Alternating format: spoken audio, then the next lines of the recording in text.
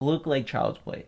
The precision involved and the scale of death involved is going to be absolutely mind boggling.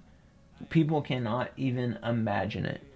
And once again, this is why I'm making the episode, is so that we can connect all the dots here, that the concept of having racist, supremacist people making these doctrines and in charge of these technologies is something we need to push back against. We should not have AI bombs loitering in the area for endless amounts of time. I mean, we need to be smarter with our use of technology here. And as civilians who are paying for this stuff, this is our tax dollars, we need to be the one that says, no, we need health care. We need our roads to be done. We need medicine and education and safety, not more robot bombs to go to the other side of the planet. This is absolutely ridiculous. And it really brings like a moral problem to the surface on so many different levels. We see you very soon. Guess what I'm here to do? Here to inspire you. We headed to the moon. Look, yeah, I'm living proof. About to bless off like Zoo. We about to take the roof. We have a liftoff. We headed to the moon. Just for the culture, stacking our beats like this Folgers. We on the move, we in motion. I believe I got a notion. Nothing but love, that's devotion. Budgets don't cost me, I'm with the commotion. I can be Batman, then turn to the Joker. Debo with the loafers. I'm trying to stay focused. I see it, I want it. That's hocus and pocus. And voila, it's all in my hands, but I give it to Allah. He blessed me with more and more overflow. I know I'm the best. Hello, welcome to Inspired Earth. It has been way too long since I've made an episode, and welcome back, everybody. I'm happy to be here making another one. I've been thinking of you guys basically like every day. I'm not even joking. Like sometimes multiple times a day, I'll be sitting there thinking, man, I need to make a podcast episode. I'm sure there's tons of people all waiting, especially because of how bizarre everything has been lately. But what I'm going to be talking about today is Operation Southern Spear specifically. I just have some thoughts that I got to put out there about it, and then I'm going to be making a more bizarre episode on it that I think you guys will like. I'm not going to say anything more than that. So, without much ado, I just wanted to say hello, and that I was thinking of you guys, and thank you to all the new people that have joined the podcast. And we're going to talk about Operation Southern Spear, which Pete Hegseth, the Secretary of War, or aka Secretary of Defense, has announced that we're sending a robotic fleet to Venezuela. And it's very interesting that we have this robotic fleet going to Venezuela because they're justifying it with 1800s era laws and ideology, and it's just blatant racism and colonialism. And to be using robots for colonialism in 2025 is very striking. So we're going to be delving into this connection between the old thought and the new thought. And it's almost like the two different worlds of Earth, of the past and the future, are coming together in the present right now. And I'm going to be elaborating on that on a couple episodes as well, of how it just seems like we have like different worldviews or even Earths seemingly existing at the same time. So we're going to go into a Swedish publication. I believe this is Swedish. The Fear for Another Revolution / Colonialism, the Evolution of the Monroe Doctrine as an Instrument of Racist Domination and Hegemony in the Caribbean, by Juan Velasquez in the Institution for Culture Wissenschaper. And this is 2021. Social Integration and Globalization, I think, is maybe the publication that was in. So, summary, I believe that's what that says. The COVID-19 pandemic outbreak seems to have changed the history of humanity in a before and after it. Upon its beginning, environmentalists were happy of the return of wild animals to urban centers and to halt the global emissions. But when the numbers of deaths and infected grew, this is badly translated. I can already tell. So if there's something not grammatically correct, let's just assume that it's the translator. It was evident that the black and colored populations in the North Atlantic powers were most affected. The situation framed a powerful return of anti-racist and anti-colonial mobilizations headed by the Black Lives Matter movement. At the same time, North Atlantic empires used their military power to repress their own populations and to capture medical devices on the seas. Moreover, they intensified it. Their economic sanctions with a naval blockade against the Caribbean nations had risen against their hegemonies. So this little bit right here about capturing medical devices on the seas, I think is very telling and important because it talks about the weaponization and segregation of medical devices and healthcare, even back that long ago. So you would see that from all time since then. The book Tuberculosis, I can't remember the rest of the title, but you could probably just type in tuberculosis book and find it. It talks about how with AIDS and tuberculosis and all these different diseases that the healthcare and treatment to it are like sequestered away, and they try not to let poor people have medical care. And by they, I mean the rich and the people in control of all these systems in government. So we see from the past like 300 years the weaponization of healthcare, which is very interesting. I just felt like that needed to be noted. That's such a small sentence, but a big meaning to it. Moreover, they intensified their economic sanctions with a naval blockade against the Caribbean nations that had risen against their hegemonies. Sounds familiar. As during the colonial piracies of the 1700s, the North Atlantic powers coordinated how to confiscate gold reserves, bank accounts, and subsidiary companies with operations in the U.S. and Europe. In open violation of the Charter of the United Nations, its financial institutions followed the Monroe Doctrine, a consensus between the U.S. and its North Atlantic allies to intervene in the countries of the Americas.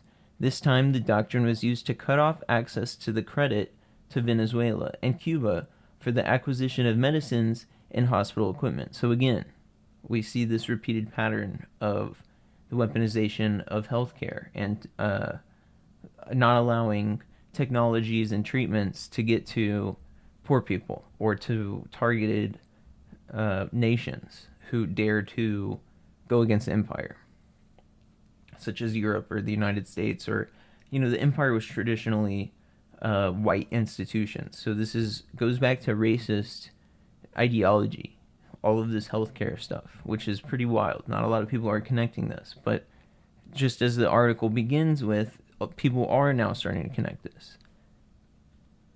For their part, these Caribbean nations controlled the pandemic, focusing on the Cuban health prevention model developed since the 1960s.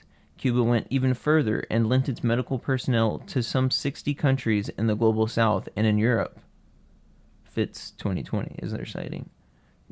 Turning medical care into an instrument of solidarity with whom Frantz Fanon calls the wretched of the earth. So they're making healthcare accessible to poor people.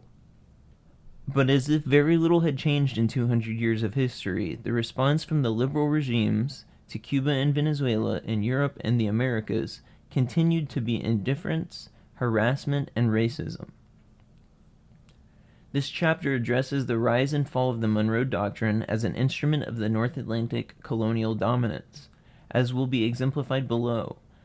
Through the years of Monroe Doctrine has developed into an international consensus among North Atlantic white colonial elites to freeze black and brown populations in Caribbean and Latin American societies in a perpetual state of exploitation and submission to their interests. So this is a consensus among all North Atlantic white colonial elites. And we could see that being called the Five Eyes Alliance today, who some would put Israel pretty close to that alliance as well, like a Six-Eye Alliance. And that's all white supremacist colonial civilizations that have this ideology. However, at the time of the COVID-19 pandemic, the already active support of Russia and China to Venezuela and to Cuba may have disrupted this hegemony to the grade of contesting the North Atlantic powers' military and economic dominance. So this is when the conflagration that's kind of happening right now, or leading up to it, started. Is this the end of North Atlantic dominance in the Caribbean, or is it the start of yet another era of much more enlarged bourgeois or liberal imperial dominance? To answer this question, the chapter recounts some historical events around 1803, 1903, and 2003 until today, which this is 2021. That's when this was written.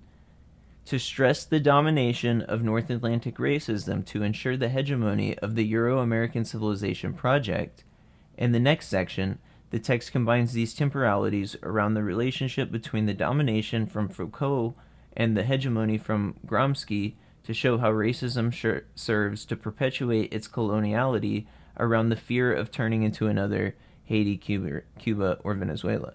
So this shows how far back it goes and the beginnings of how this current standoff had arisen. With the COVID-19 pandemic, America losing its hegemonic power, Russia and China gaining strength, BRICS gaining strength. I'll just go ahead and say now that, like, I think a lot of Operation Southern Spear is going to be about limiting the causeways and waterways around these newly tempted BRICS nations, or some of the ones that are about to be BRICS or could be, versus the ones that already are.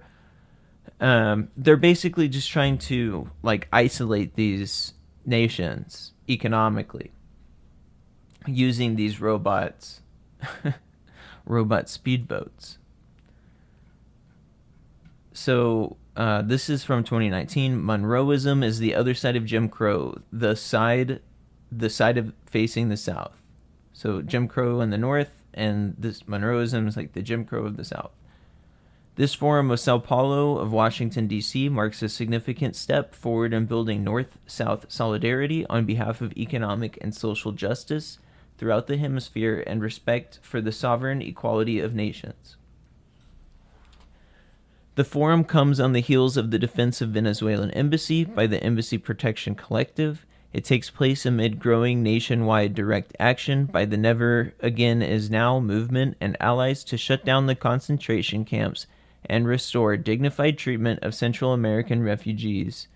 And it is held during the days of the protest over the failure of the Department of Justice to prosecute NYPD police officers for the murder of Eric Garner, an officer who is still on the city payroll. These experiences highlight the white supremacist link between the institutional racism within U.S. borders and neoliberal offensive by Washington and its right-wing allies against the Bolivarian resistance and popular sectors in Latin America and the Caribbean. So Eric Garner, I think he got killed for breaking up a fight, and they tried to say he was selling cigarettes, but the video just showed him breaking up a fight, and, like, they shot him. So he tried to stop people from fighting and was killed. And the NYPD guy got away with it. But so some of this stuff is going to sound like it's happening now, but this was in 2019. So we have to remember that. And as far as the dignified treatment of Central American refugees and the ending of concentration camps, what they're talking about is that El Salvador prison that we all saw, where they had sent people. And Todd Miller had talked about it on the episode that we had that we talked about the Latin American stuff. All of his books highlight this very heavily, and you can see, like, an on-the-ground perspective on this. A lot of people are just now learning about this and learning that this has been going on for a long time, as all of this has been. That's kind of the point of this episode, is this is not new, but what's new is using this stuff to defend robots, or the use of, like, killbots, robot speedboat killbots laden with explosives. The Trump administration has stepped up the necropolitics of white supremacy and white plutocracy, which now expresses itself in the police surveillance state at home and Monroeism abroad. And I had to look up what necropolitics is because I wanted to make sure I knew what they were saying here. It says necropolitics is a socio-political theory of the use of social and political power to dictate how some people may live and how some people may die. I guess you could call that eugenics or maybe even ethnic cleansing, and I would say that that's what the BBB was, the big beautiful bill, July 4th. I'll probably make an episode about that eventually. That's what the whole point of this is, that it's all necropolitics. They're choosing who is going to die. And even during COVID, the Texas Attorney General at that time said, like, sacrifice your elders for the economy and go out and drink. And I'm not joking. That's not a drink, or that's not a joke. That's what he said. He literally told people to just just give up on old people, and we legalize drinking and driving. You can go and get a drink and drive around now. So go do that. That's what they told everybody. And God knows how many alcoholics they created by telling people to go and drink. So police surveillance state at home and Monroeism abroad, white supremacy and plutocracy, both expressions have common historical ideological roots in Europe, in European supremacy of the 15th century and the invention of the Americas. Both expressions have common historical ideological roots in European supremacy of the 15th century and the invention of the Americas. Today, this ideology of conquest and subjugation continues to inflict colonial wounds on Afro-descendant and original peoples. These wounds are the result of multiple hierarchies of domination, including race, class, gender, identity, nationality, religion, and location. The idea of a colonial wound is not to suggest fatalism. History is not over, nor is it exclusively written from the viewpoint of the global north. 500 years of European aggression against India has been met by 500 years of resistance. But not only resistance, despite setbacks, the so-called pink tide represents a significant advancement of the decolonizing project that extends back to 1492. And will not cease until all of the peoples of India recover their sovereignty.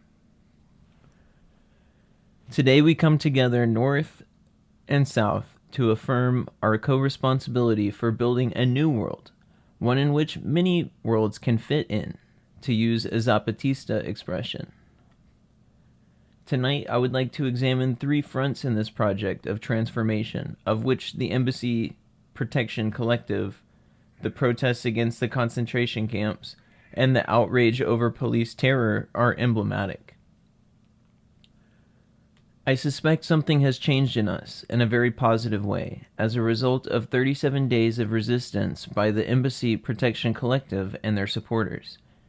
The collective defended the Venezuelan embassy in Washington, D.C. at the invitation of the constitutional government of President Nicolas Maduro. The collective inside the embassy and supporters outside had to confront the racist, misogynist, and homophobic attacks of those of the Guaidó supporters, who voiced support for the criminal U.S. economic sanctions and U.S. military intervention against their own people. This was written in 2019, even older than the last article. When it became clear that the collective would not be intimidated by either Guaidó supporters or the Secret Service, and the support for the collective in the streets was continuing to grow, the police seized the embassy grounds and arrested the members of the collective who were inside. Since this police action was a serious violation of the Vienna Convention on Diplomatic Relations of 1961, the department lost moral and legal ground, while the collective fortified North-South solidarity and exposed the farcical nature of the shadow government of interim President Juan Guaidó, who there was no election, and the State Department, the U.S. government, just came out and said, this guy's the president now. So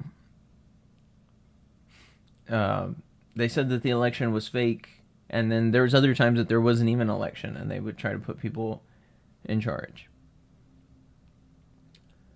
The fight for fair immigration policies. Here at home, we are also mindful of the struggle on the immigration front, and in particular, the broad-based protests against concentration camps and ICE raids. We see U.S. citizens and immigrants marching together to defend the dignity of Central American refugees.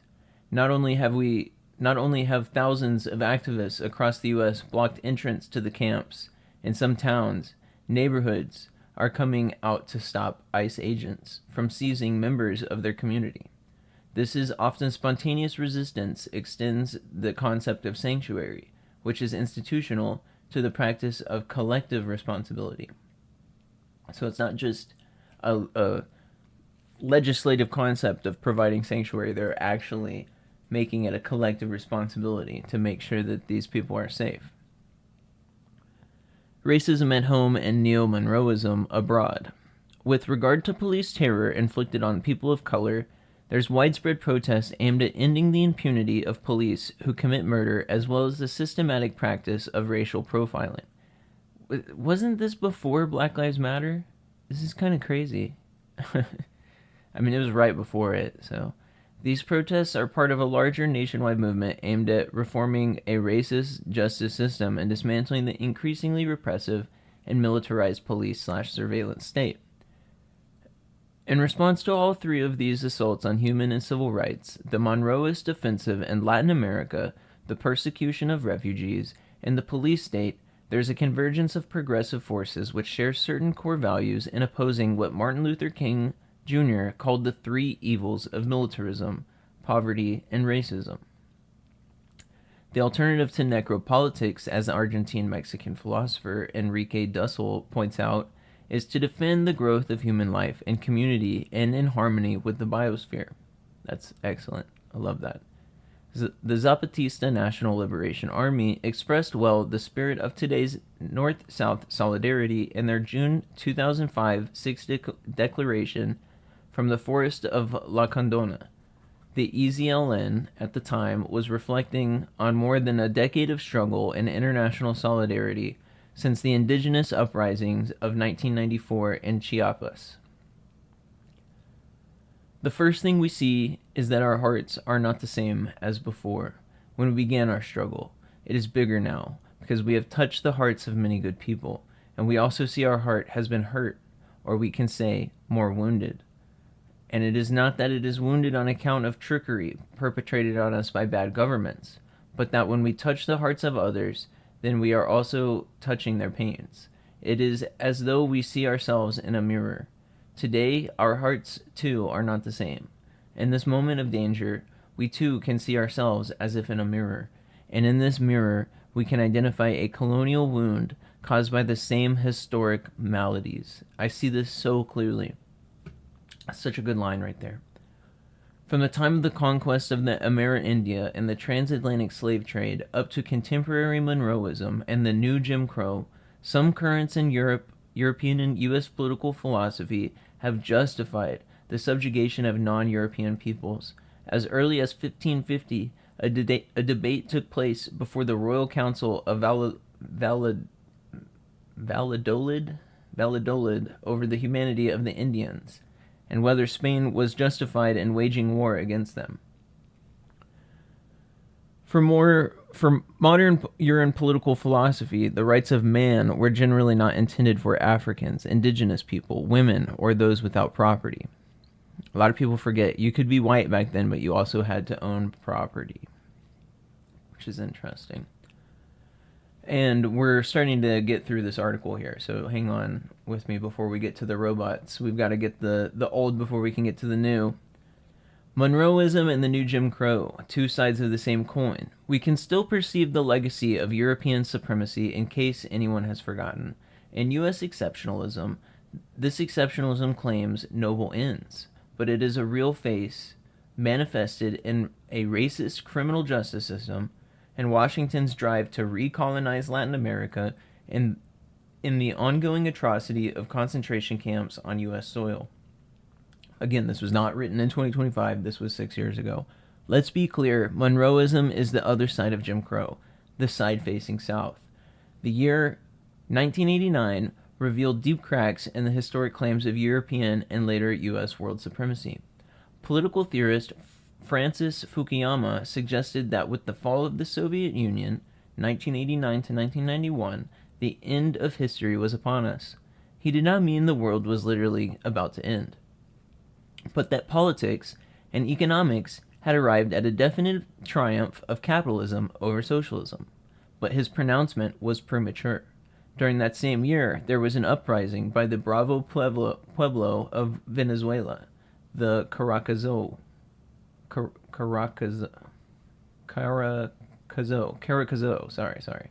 in response to neoliberal reform measures imposed by the President Carlos Andrés Perez. The same champions of the idea that markets ought to be free from government interference had no qualms making use of the state's monopoly on violence to impose the adjustment imperatives of finance capital on a nation which the majority of citizens lived in abject poverty. Perez authorized the military use of lethal force, and hundreds, if not thousands, of mostly poor, Afro-descendant, and working-class Venezuelans were gunned down in the streets of Caracas. So, he says that he's going to bring in neoliberal reforms to put free market capitalism in charge, and then use the state's monopoly on violence, so because like only the state can commit violence legally, to kill off all of these people, all of the poor people who are like disagreeing with him. 1 year, or the Monroe Doctrine versus the Bolivarian alternative. The Monroe Doctrine versus the Bolivarian alternative.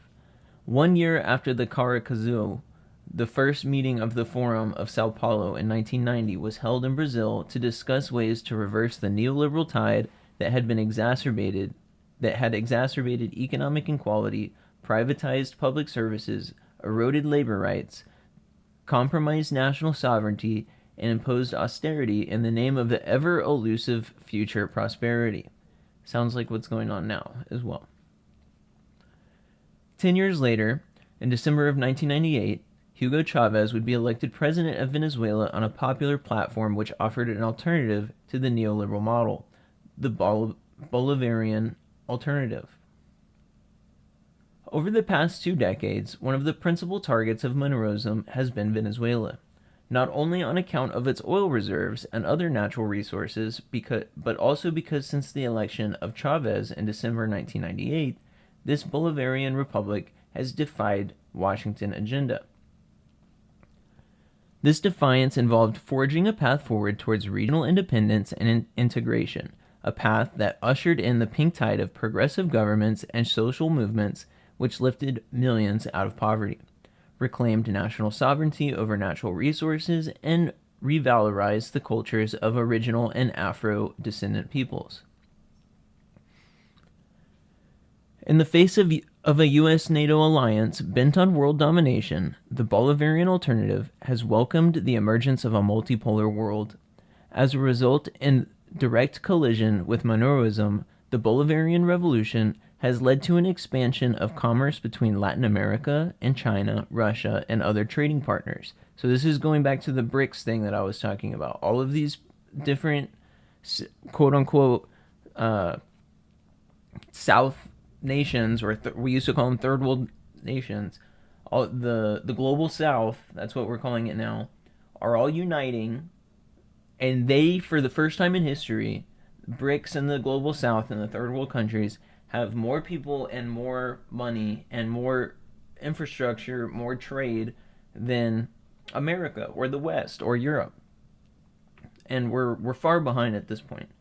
And that's what the tariffs are supposed to be. They're punishing the whole world and like stomping them down, and it's extracting wealth from the whole world to give it to America to keep us on top. This is like the supremacist, hegemonic, imperialist ideology that we're talking about that keeps on being a pattern throughout all of these socio-economic and geopolitical historical relationships that have developed for the past 300 years. It all has to do with like keeping the right people at the top, and the right people are rich white landowning people.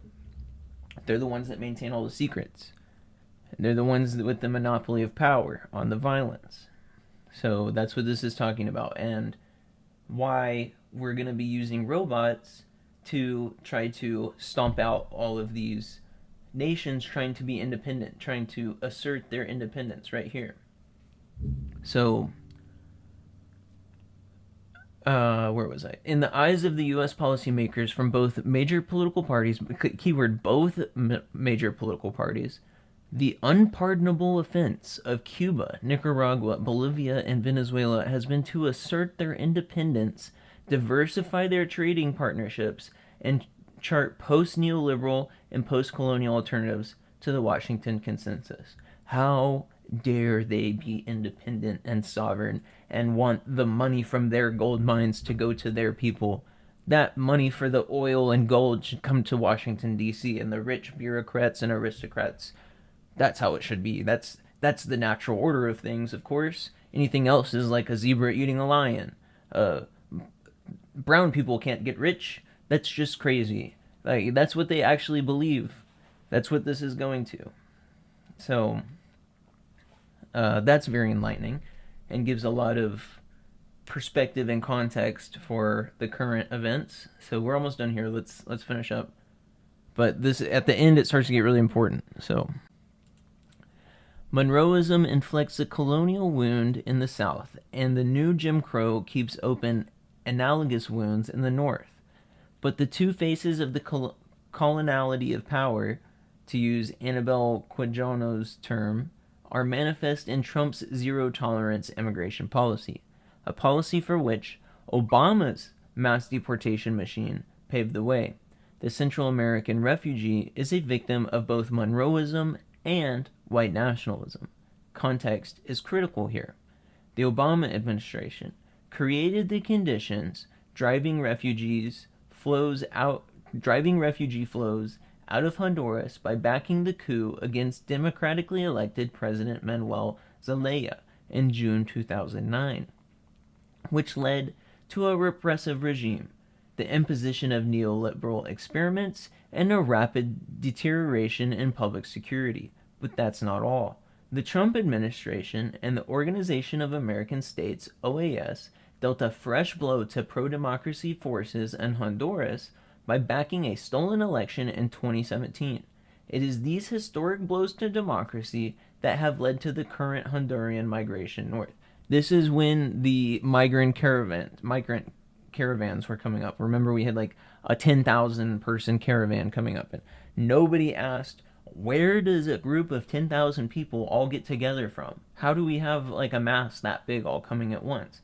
It's because Obama and Trump destroying Central American governments. And here we are doing it again. Or trying to.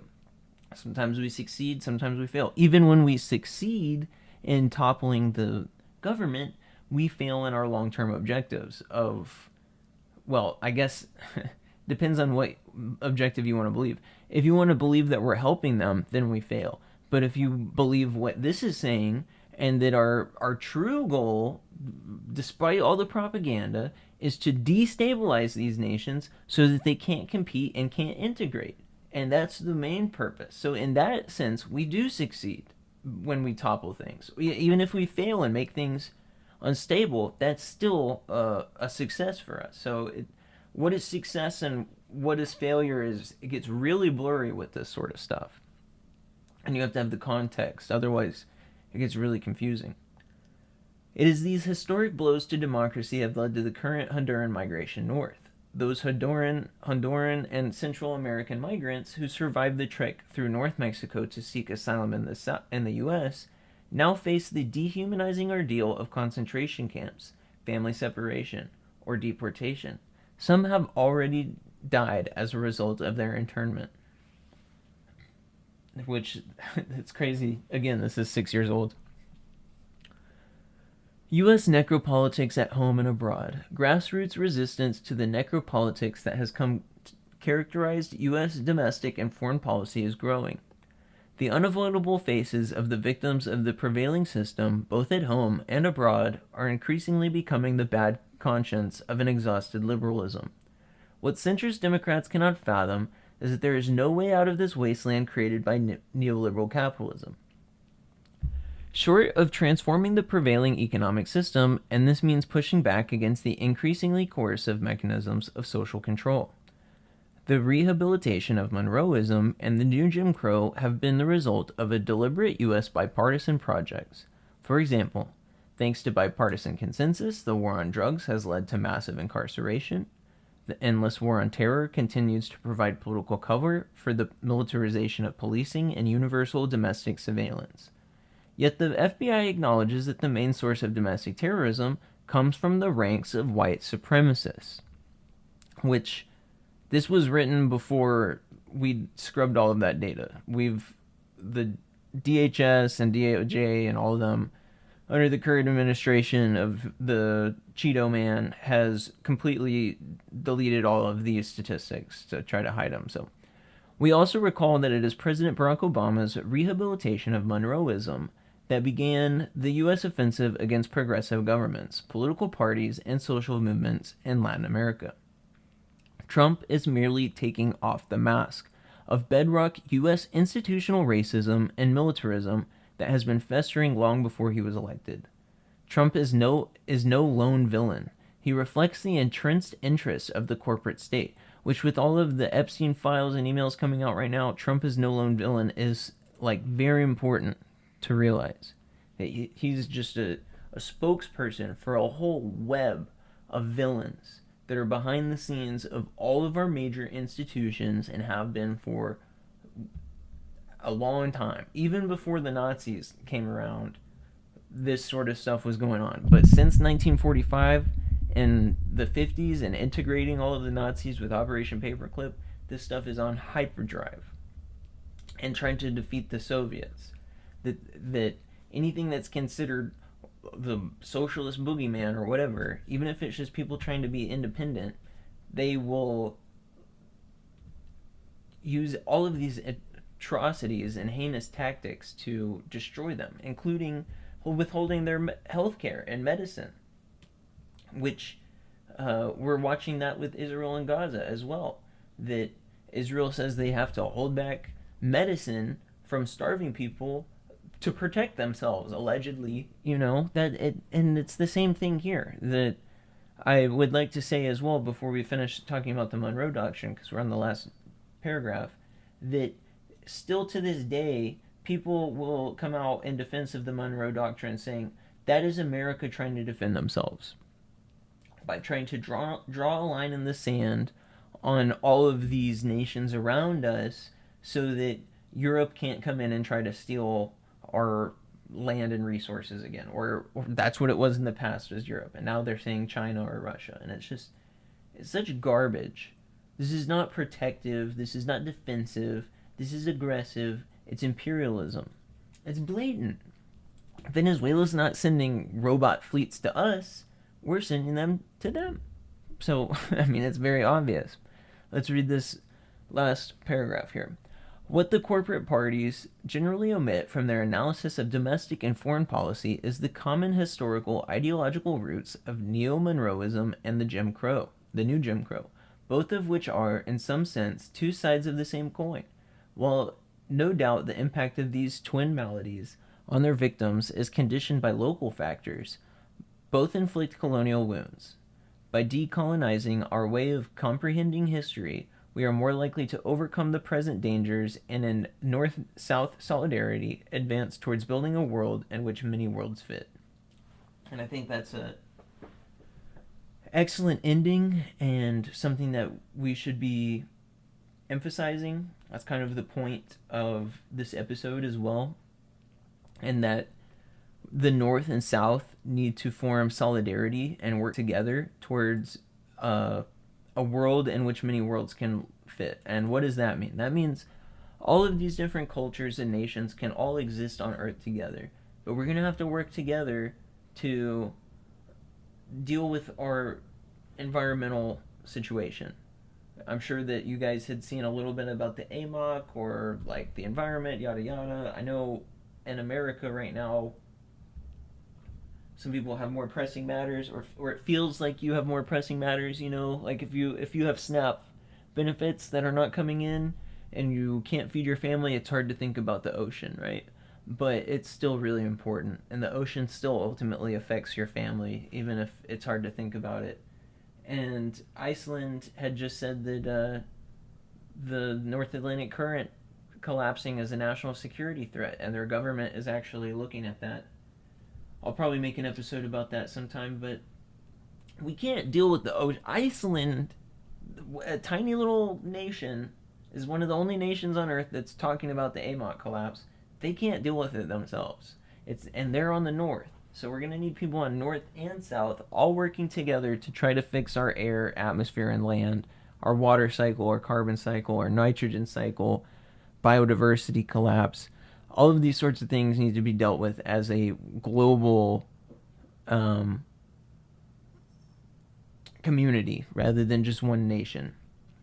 And I think ultimately that's like a lesson that we can take from what I'm talking about here, and this mixture of the 1800s racist ideology and current AI robot fleets, of why it's important to pay attention to this and how to steer our organizational attempts at making a better world. So with the past in the past, let's move forward. And with the U.S. robot fleet, I want you to keep in mind this that had come from September 5th, 2025. Pentagon signs AI deal to aid military decision making. So before we would have the military send out human beings to do these missions, right? We're the bombings that we're doing in the oceans, in the Atlantic and Pacific, those are with human beings. And I've got military family, and a lot of them are saying, this is illegal. We're not supposed to be doing these sorts of operations. The United Nations has said that our operations in Venezuela and the Pacific and Caribbean are illegal. So that says a lot. And by having AI start to go out there and do these bombings, I think it's a moral, almost like moral escapism, or trying to think of the term for it. It's casting the moral duties onto a robot rather than a human. Outsourcing morality, let's say that. Rather than like putting it on a human and having the human break the law, it's a robot now. So it's not as big of a deal, We're sending robots to do this. So I feel like that's important as well, that they're trying to skirt the law as well as the morality of it by using robots rather than humans. And that will continue to increase in the future, I believe. Let's go into the specifics of U.S. launches Operation Southern Spear, unveiling new robotic fleet to target cartels. One last thing before I start reading. I kind of think that this is maybe like a psyop, like a psychological operation. What do I mean by that, and why? I mean in that if I'm a Venezuelan farmer or somebody who, has lived relatively separately from technology, like some of the people in Venezuela do, if you get told that they're sending the United States, the biggest, most baddest country in the world, is sending a robot fleet to try to kill you and kill your country members and have change things politically, which I'm sure if you were to go and read the definition of terrorism and then compare what we're doing right now to the definition of terrorism, you would get a very interesting response maybe of what you think we're actually doing there. But so I think that would be terrifying as a farmer to get told that they're sending robot fleets to come and try to kill people. However, with that being said, Venezuela is a massive, massive country. It has jungles in mountains. And I can tell you that robot speedboats are not going to help with the mountains. So, kind of like a psyop type of thing. But if you think of it in the terms of, like I was saying, that it was going to be used to try to contain them economically and not let them use their water ports, that would explain things more than trying to like necessarily cause like a regime change with the robot speedboats, because that's not going to work, obviously. So, United States is launching a major new military and surveillance campaign in the Western Hemisphere, deploying an unprecedented mix of robotic air and sea vessels to counter Latin American drug trafficking cartels, allegedly. Called Operation Southern Spear, the initiative was formally announced Thursday by Defense Secretary or War Secretary Pete Hegseth, who said through his X account, classic, that the mission follows a direct order from President Donald Trump. President Trump ordered action, and Department of War is delivering, Hegseth said. Operation Southern Spear defends our homeland, removes narco-terrorists from our hemisphere, and secures our homeland from the drugs that are killing our people. The Western Hemisphere is America's neighborhood, and we will protect it. So that last sentence right there is like very Monroeist type of thing. Like, the Western Hemisphere is ours. There was even a secret society during the Civil War where a bunch of Masonic Confederate leaders all got together and were going to make South America be like another part of America because they're our backyard. So even goes back to the Civil War of people thinking like this, and the Founding Fathers even.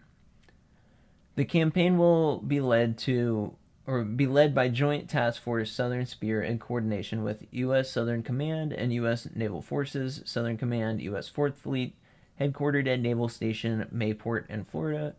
Operations are expected to begin later this month. In a statement, 4th Fleet officials described Southern Spear as a significant step in the Navy's evolving hybrid fleet campaign, which integrates robotic and autonomous systems with traditional naval forces. Southern Spear will operationalize a heterogeneous mix of robotic and autonomous systems to support the detection and monitoring of illicit trafficking while learning lessons for other theaters. See, this is very, very important. They're saying that this is just like a scientific playground. They're going to get to like have fun and try to integrate these killer robots into our systems, because I'm sure that our people are watching Russia and Ukraine and how fast drones have been integrated into both sides there, how fast things are moving. I think I had shown some video one time of like a drone getting taken down by electronic countermeasures, by like being jammed. The Russians are flying fiber optic drones now. So the ground is just covered in fiber optic cables everywhere. Like the same cables that run your internet are what is running these drones now. So they went from wireless to wired, back to wired drones, because they're not jammable. Anyways, America is very, very far behind the drone game, so this is them trying to catch up while also trying to crush them economically. So it's like a two-part. They're getting to scientifically experiment with their killer drones and being able to like starve all these poor people and keep them sequestered, keep their technology away. So it's a win-win for them. And the learning lessons for other theaters, obviously that's talking about further conflict with China or Russia as well, because they're going to be heavily into drones, and we can't do it yet. So this is us trying to use some drones on some poor farmers so that we can figure out how to use them, because we don't have them integrated. This will help develop critical techniques and procedures for integrating RAS into the maritime environment. According to the Navy, they will deploy long-dwell robotic surface vessels designed for persistent ocean patrols, small robotic interceptor boats capable of high-speed maneuvering, vertical takeoff and landing robotic aircraft for surveillance. The systems will operate alongside U.S. Coast Guard cutters at sea and feed intelligence into operations centers at 4th Fleet and Joint Intra-Agency Task Force South, which coordinates regional counter-narcotics missions. Officials say the deployment will help determine the most effective combinations of unmanned vehicles and manned forces for coordinated operations.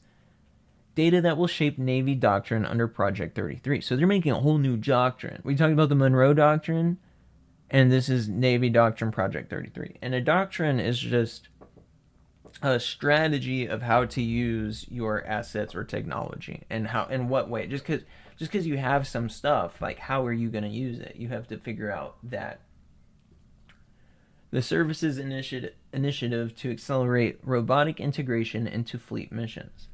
Using robotic assets is expected to increase U.S. presence in maritime choke points, and high traffic zones used by drug smuggling networks. So they're saying that they're going to control choke points and high traffic zones for quote unquote drug smuggling. It has nothing to do with like regular trade, surely, right? Navy leaders say the systems will also strengthen regional security cooperation by giving partner nations access to shared intelligence and detection tools. Operation Southern Spear is the next step in our hybrid fleet campaign, said Rear Admiral Carlos Sardillo, commander of U.S. Naval Forces, Southern Command, and U.S. 4th Fleet. Hybrid fleet operations increase our collaboration with partners in the region while advancing the Navy's tactics, techniques, procedures, and process. The announcement comes amid a growing military buildup in the Southern Caribbean of a size not seen in the region for decades. And it says we've sent the world's largest and most technologically advanced aircraft carrier, USS Gerald Ford, which I'm pretty sure China just made their biggest aircraft carrier. Gotta double check that, but I don't think that's the biggest anymore. But so let's look at some pictures of these drone things so that we can get a better idea of what we're talking about. This is Ukrainian Navy maritime drones 2022 to 23. So on top left, you have the first generation, then you see them getting sleeker until you have just like underwater torpedoes with propellers and stuff. And this is a Russian one. It's very small. I tried to get it bigger. I wasn't able to. So both sides have it. Here's like a bigger version of the Ukrainian one. Camera, detonator, explosive. So you got like speedboats laden with explosives being controlled by AI. What could go wrong, right? Let's put more robot killbot bombs in charge of AI out there, right? We need more of these. This is definitely me being sarcastic, by the way. Let's not have robot bombs everywhere. Ukraine first generation subsurface naval drone, electric powered, medium endurance recon and strike platform. So this is another type of robot naval drone. It's like a AI torpedo, it looks like. So I just got to say that like the future of warfare is starting to become looking pretty bad, and that our War Department, State Department, Department of Defense seem to be preparing for industrial scale casualties. They're looking to try to make like AI medics in the field. The only reason we would need like AI medics that can deliver trauma spray foam in like a fraction of a second is if we're having crazy casualties, you know, like, and the reason we're going to have crazy casualties is because there's going to be drones everywhere. And the lethality of World War III, God forbid, it's just going to be unimaginable. It's going to make World War I of like lobbing chemical shells at each other from really far away look like child's play. The precision involved and the scale of death involved is going to be absolutely mind-boggling. People cannot even imagine it. And once again, this is why I'm making the episode, is so that we can connect all the dots here, that the concept of having racist, supremacist people making these doctrines and in charge of these technologies is something we need to push back against. We should not have AI bombs loitering in the area for endless amounts of time. I mean, we need to be smarter with our use of technology here. And as civilians, who are paying for this stuff. This is our tax dollars.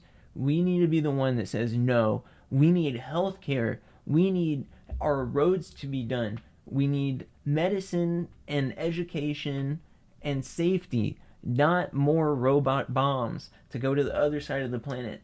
This is absolutely ridiculous.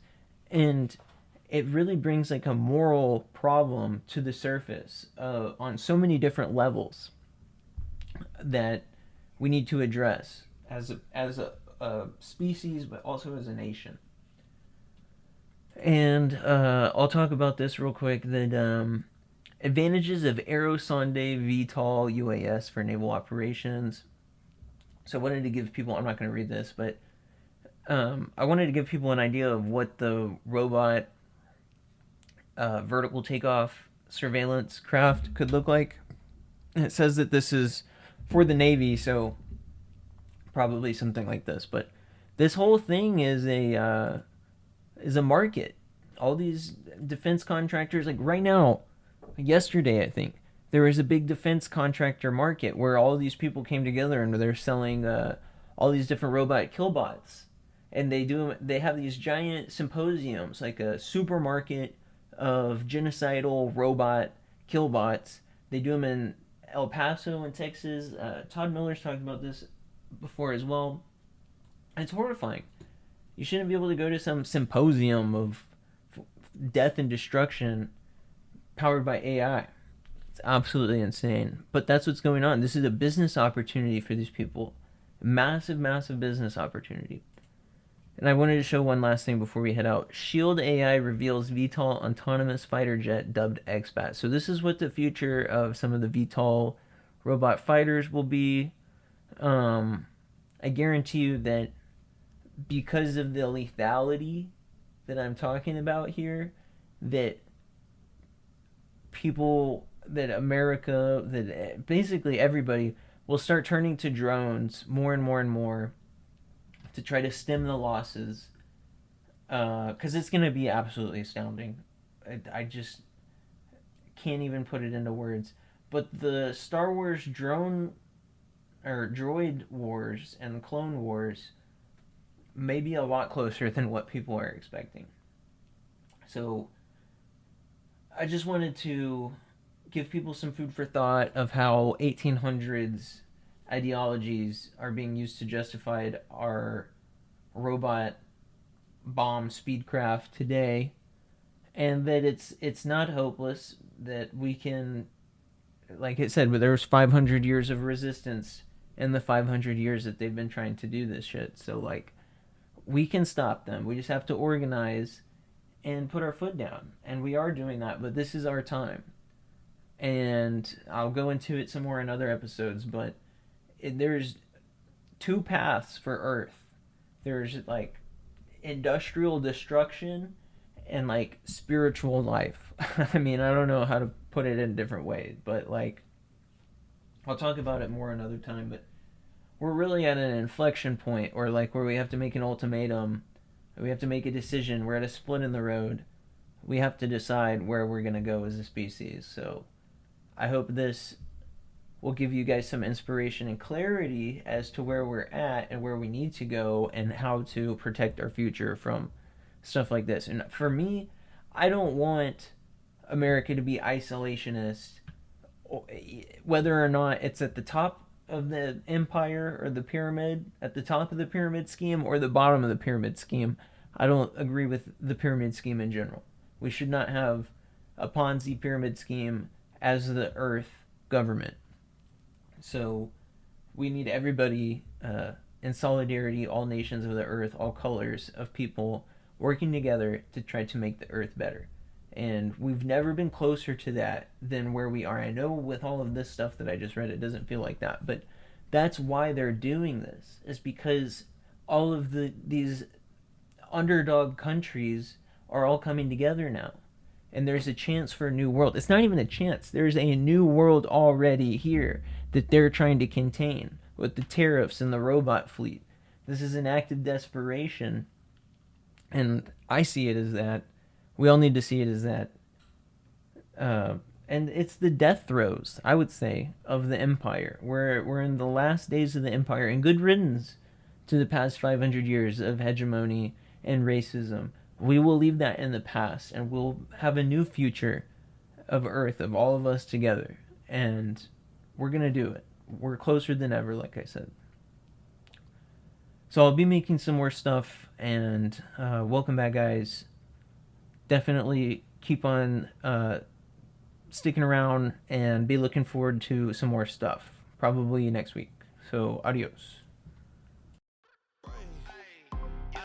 Okay, let it be known, I'm working hard when I ain't on the phone. This ain't a home, this ain't a phone. Grind never stopping, I'm keeping it cold. Unlocking the door with the holy key. You supposed to be this close to me, and hopefully you understand G.O.D. Maybe this cold and I'm talking like no degrees. This ain't a fluke, I seen it way before it ever happened. He gave me the view, I had to put in my time on the TV ain't coming in soon. I couldn't leave it all up to a variant or an experience. You gotta get up and do what it do. So complicated, homie, it's you. Always gonna wait until you in the mood. I've been running, came out gunning, stop the fronting on your word. It's what you hear, not what you heard. I'ma hang on every verb. I'ma show you what it's worth. Every day I'm on the earth till they put me in the dirt. I'ma get into it first. Said I'ma get into it first. Until they put me in the dirt. Said I'ma get into it first.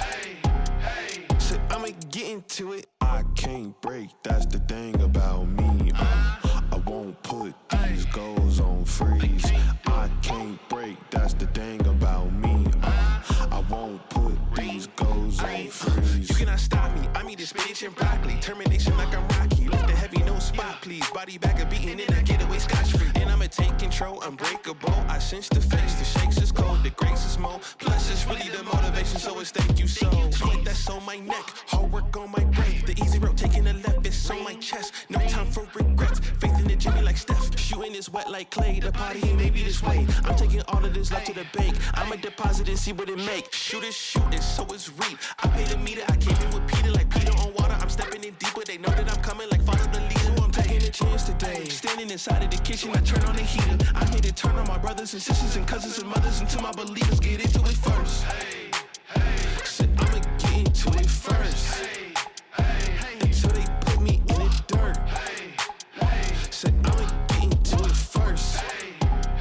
Said I'ma get into it. I can't break, that's the thing about me.